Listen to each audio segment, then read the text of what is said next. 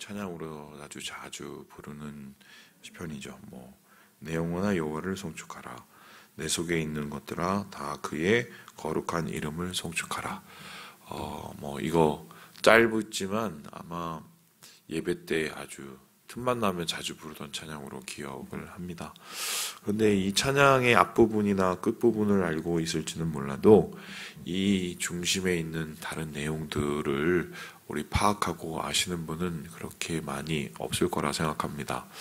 왜냐하면은 내 속에 있는 것들을 다 하나님 앞에 찬양하라, 주님을 송축하라 이렇게 말하는 이 시인의 이 상황, 왜 시인은 이렇도록 하나님을 송축하려고 했을까?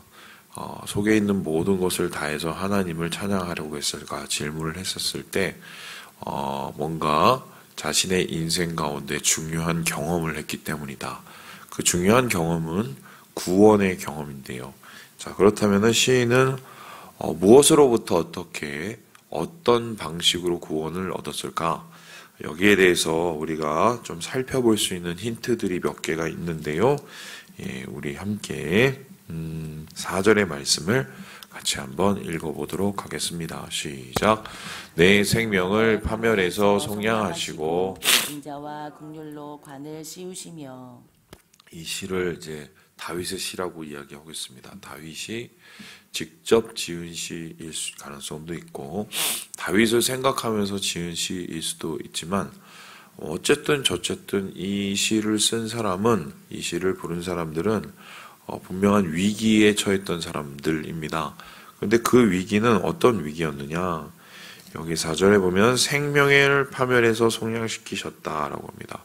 그러니까 자신의 생명의 위협을 받거나 아니면 자신의 생명이 꺼져가는 그런 위급한 상황에 처해 있었다라고 볼 수 있습니다. 그렇다면 그 생명 어떤 위기에 처해 있었을까? 3절을 보면 조금 더 명확하게 보이는데요. 이런 얘기를 합니다. 모든 죄악을 사하신다. 모든 병을 고치신다. 이렇게 얘기합니다. 그러면은 어떤 뜻이냐면 유추를 해보면 이런 겁니다. 이 시인이 아마 병에 걸렸을 것으로 추정이 됩니다. 근데 그냥 병이 아니라 굉장히 중한 병. 그래서 자기가 이제는 죽을 수도 있겠다는 그 위협, 위기감을 느낄 정도의 수준의 중병이었다. 이렇게 우리가 예상을 해볼 수 있습니다. 그런데 자기의 생각에 내가 왜 이 병에 걸렸을까?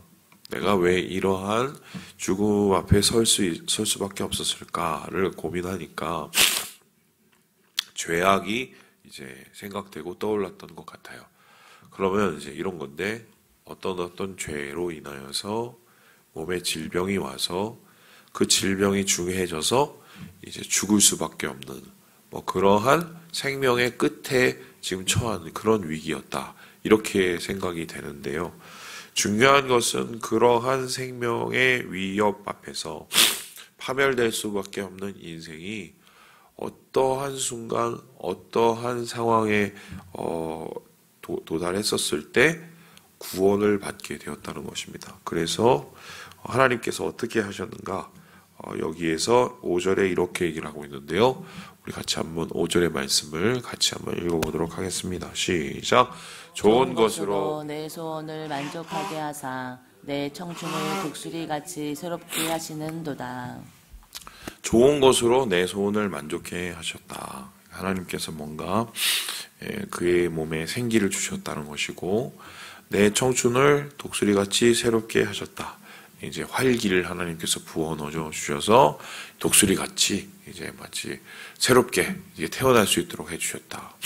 이렇게 우리가 볼 수 있습니다. 예전에 두 날개 컨퍼런스인가 거기 갔더니 그 강사 목사님이 그런 얘기를 하시더라고요. 그 독수리가 어느 시기가 되면 이제 늙을 거 아닙니까? 그 늙었을 때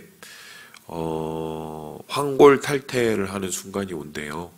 그래서 어떻게 황골 탈퇴를 하냐면 혼자 외로이 날개짓을 하고 멀리 이제 날아가서 거기에서 이제 자기의 부리를 바위에 대고 막 이렇게 짓이긴답니다. 그러면 부리하고 그다음에 이 손톱을 막 짓이기면 이게 다 빠질 거 아닙니까? 그리고 이게 완전히 이게 엉망이 되고, 그러면 이제 그럴 때 이제 새롭게 이게 자라기 시작을 한대요. 그럼 이제 부리도 튼튼해지고, 그리고 이 갈퀴도 튼튼해지고, 그러면서 이런 이 독수리로서의 수명이 이렇게 연장이 되고 다시 건강한 막 그런 것을 얻게 된다. 뭐 이런 얘기를 했습니다. 저에서 그 얘기를 듣고 되게 그 감동을 받았습니다. 그래서 그때 그 강사님이 그러셨어요. 교회도 그리고 우리 교인도 하나님 안에서 그렇게 새롭게 되는 순간이 있어야 된다. 갱신이 있어야 된다. 이렇게 얘기해서 또 그 얘기를 또 엄청나게 또 예배 시간이나 또 청년들한테 많이 얘기를 하고 다녔습니다. 네. 아마 얘 독수리 같다 했었을 때 이 본문을 가지고 그렇게 생각을 했던 것 같은데, 나중에 제가 확인을 더 해봐야겠지만 인터넷을 통해서 확인한 결과 그게 아니라 합니다. 그게 일반적인 일은 아니래요. 그런 독수리가 있는지는 잘 모르겠으나 일반적으로 이제 독수리는 그냥 늙고 병들면 죽는답니다. 그런데 이 시인은 어떤 순간에인지 어떤 계기인지 모르겠으나 하나님 앞에서의 이 구원, 이 죽음으로서의 자유, 그래서 생명을 누리는 생기를 다시 되찾는 계기를 마련하게 된 것 같습니다. 그러니까 아마 죽다가 살아난 거죠. 굉장히 힘들고 어려운 순간을 겪고 그 끝이 생명으로 귀결되는 해피엔딩으로 끝나게 됩니다. 여러분, 그 사람이 그런 큰 어려움을 당하고 큰 위기를 당하고 큰 경험을 하게 되면 좀 변합니다. 변하죠. 저는 좀처럼 사람이 잘 변하지 않는다고 이제 믿고 있고 경험을 하고 있습니다. 예전에도 그런 생각을 했으나 목회를 해보니까 여러 사람들을 만나니까 더 그게 좀 확정적이 되더라고요. 사람이 잘 안 변합니다. 그래서 뭐 그런 소리 있잖아요. 변하면 곧 죽는 거라고 막 이런 소리. 철들면 뭐 돌아가시는 거고 뭐 그런 얘기 하죠. 뭐 또 어떤 분이 근데 철드니까 망령이라고 또 이러는데 그런 얘기 하시던데, 예, 진짜 안 변한다는 소리죠. 그런데 제가 경험하기로는 정말 그럼에도 불구하고 변하시는 분들이 있습니다. 가끔 변하시는 분들이 있어요. 어떤 분들이 어떻게 변하느냐, 지금 본문의 시인의 경우처럼 죽을 위기를 겪은 분들이 변합니다. 특별히 이제 저 세상과 이 세상의 경계에 갔다가 다시 돌아오신 분들이 변하더라고요. 욕심부리던 거 좀 내려놓고 안달복달하고 살던 거 좀 여유로워지고, 또 뭐 굉장히 막 노심초사하던 거 좀 이렇게 자유하게 되고, 이런 경우가 가끔 있습니다. 죽음을 경험해 본 분들인데요. 시인도 아마 그러한 최악의 위기의 상황, 죽음의 위기의 상황을 겪고 나서 뭔가 마음속에 큰 변화가 있었을 것 같아요. 그러면서 진짜 내 속에 있는 모든 것까지 하나님을 찬양하려는 그러한 내적인 변화까지 일어나게 되는데, 자, 그렇다면 도대체 어떤 변화가 시인에게 나타났을까? 이러한 죽음의 위기를 통해서 시인이 얻게 된 깨달음은 무엇일까? 오늘 말씀을 보면 한 3가지로 정리가 됩니다. 자, 우리 함께 14절의 말씀을 같이 한번 읽어보도록 하겠습니다. 시작! 이는 그가 우리의 체질을 아시며 우리가 단지 먼지뿐임을 기억하심이로다. 사람이 정말 이 세상과 저 세상의 경계를 갔다 오면 겸손해집니다. 우리가 아무것도 아닌 존재임을 깨닫게 됩니다. 특별히 시인은 지금 14절에 보니까, 야, 우리가 먼지였구나. 먼지란 건 뭡니까? 아주 극히 미세하다, 작다는 뜻이고 정말 아무런 힘도 능력도 없는 존재라는 것을 의미합니다. 한때는 자기가 전부인 것처럼 생각을 하고 자기가 다 할 수 있는 것처럼 생각했을지도 모르겠죠. 만일에 이 사람이 다윗이었으면 여러 가지의 승리를 겪고 또 왕으로서의 여러 가지의 권한을 누리면서 그러한 자기 능력에 겨워 살았을 수도 있습니다. 그런데 죽음의 위기를 겪고 나니 아무것도 아닌 겁니다. 자기가 착각을 한 겁니다. 나는 먼지였다. 15절에는 좀 더 굉장히 짙게 이게 나타났는데요. 이렇게 얘기합니다. 인생이 뭐와 같다고 합니까? 풀과 같다. 우리의 영화가 뭐가 같다고요? 꽃과 같다. 풀을 보세요. 지금 우리 화단 너무 이쁘게 지금 관리가 잘 되고 있지요. 한쪽에 보니까 막 풀이 이렇게 순식간에 비가 오니까 한 2, 3일이니까 막 이렇게 돋아오던데요. 그렇게 막 울창하게 있었던 그 밀림조차도, 저 숯불조차도 아시겠지만 가을 되면 다 없어집니다. 그냥 한철이에요, 한철. 예. 그리고 겨울이 되면 뭐 흔적도 남아있지 않습니다. 인생이 그런 거죠. 내가 얼마나 화려한 인생을 살았든, 내가 어떠한 강력을 가지고 인생을 꿈꿔왔든 지나가는 것은 아무것도 아닙니다. 그리고 그때 그 인생 위에 써놓았던 많은 영화로운 일들도 꽃과 같이 잠깐의 아름다움을 나타낼 수는 있으나 결국은 모든 것이 사라지고 모든 것이 아무것도 아닌 무로 돌아가는 존재가 되는 거죠. 그래서 사람은 그 죽음이라는 위기 앞에 자신의 생명이 꺼져가는 그러한 상황 속 앞에서 무한하게 아무것도 아닌 내 자신을 경험하게 됩니다. 그렇게 경험하는 것을 통해서 우리는 낮아지고 겸손하게 되는 것이죠. 그래서 시인의 이러한 죽음의 경험은 한없이 작은 자신을 깨닫는 그러한 겸손의 기회가 되었다. 이것을 우리가 처음에 알게 됩니다. 두 번째, 그렇다면은 시인은 이러한 많은 어려운 상황을 겪으면서 무엇을 깨닫게 되었을까요? 여기에서 시인은 이렇게 얘기하시는데요. 우리 함께 8절의 말씀을 같이 한번 읽어보도록 하겠습니다. 시작.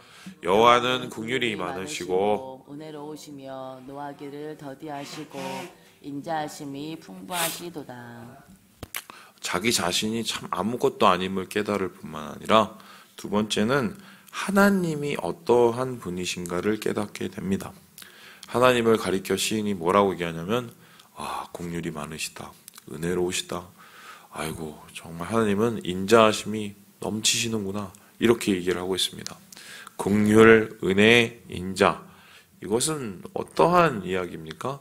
하나님의 크신, 하나님의 이루 표현할 수 없는 사랑과 관계된 단어입니다.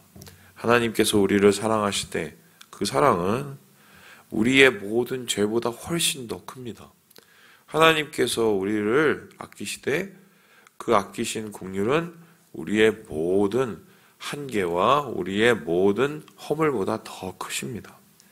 시인은 죽음의 위기 속에서 자신을 건져내시고 심지어 하나님 앞에 죄 지은 자기를 정말 용서해 주시는 하나님의 은혜를 경험하고는 아무것도 아닌데 나는, 하나님은 위대하신데 그 위대하신 하나님이 나를 이토록 불쌍히 여겨주시는구나, 하나님을 깨닫게 되는 것이죠.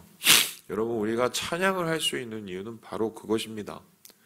하나님께서 우리에게 행하신 일 때문에 찬양하고 그 하나님께서 우리에게 행하신 것을 통해서 하나님이 누구신가를 깨닫기 때문에 찬양을 합니다. 하나님의 하신 일, 하나님의 성품, 그것을 우리의 삶의 곳곳에서 발견하게 되고 경험하게 되면서 우리의 찬양은 입으로의 찬양에서, 머리로의 찬양에서, 가슴에서 올라오는 깊은 찬양으로 변하게 되는 것이지요. 그래서 시인은 오늘 자신의 삶 속에서 그 생명에서 구원하신 하나님을 감사히 여기면서 야, 나는 참 먼지밖에 되지 않는데 이러한 나를 정말 은혜로 사하시고 구하시는 하나님의 그 마음이 얼마나 크시냐 감복하고 찬양하는 하나님을 깨닫게 되는 그 장면이 바로 시인이 어려움을 겪은 후에 깨닫게 된 두 번째의 일입니다.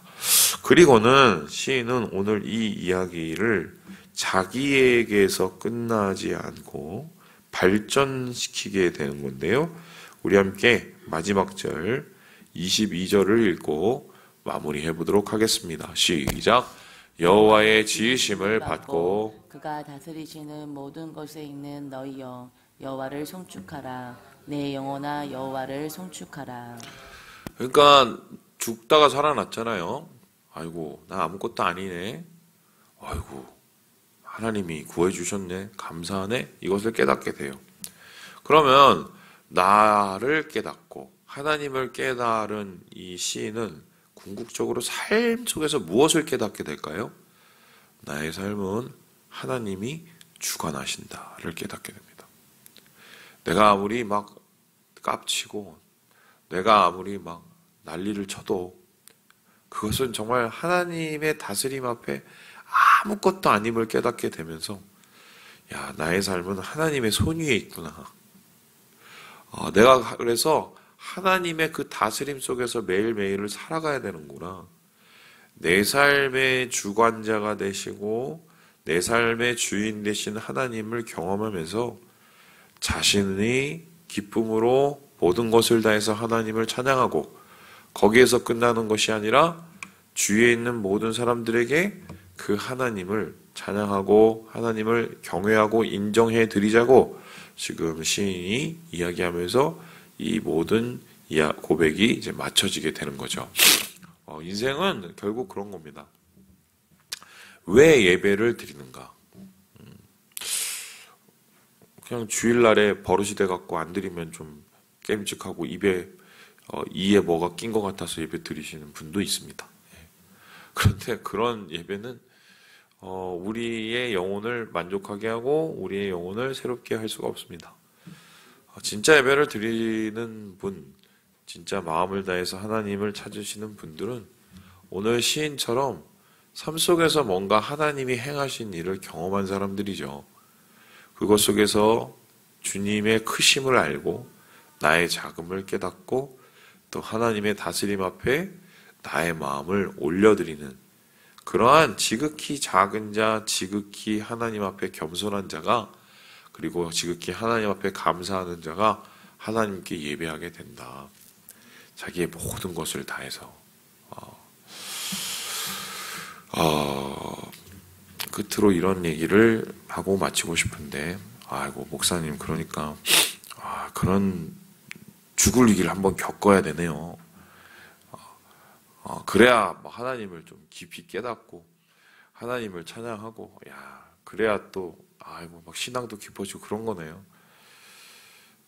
그런 생각 마시고 평소에 잘하세요. 못 알아도 거기까지 갔다. 평소에 하나님을 깊이 알기 사모하면 주님이 우리에게 은혜를 주십니다. 오늘도 그 마음으로 살아가시고 또한 우리 내일 주일이죠. 깊이 주님을 만나는 하나님과의 만남을 교제를 우리가 바라면서 오늘 하루 예배 준비하고 살아가시는 우리 모든 형제 자매들 되시길 주님의 이름으로 축원합니다.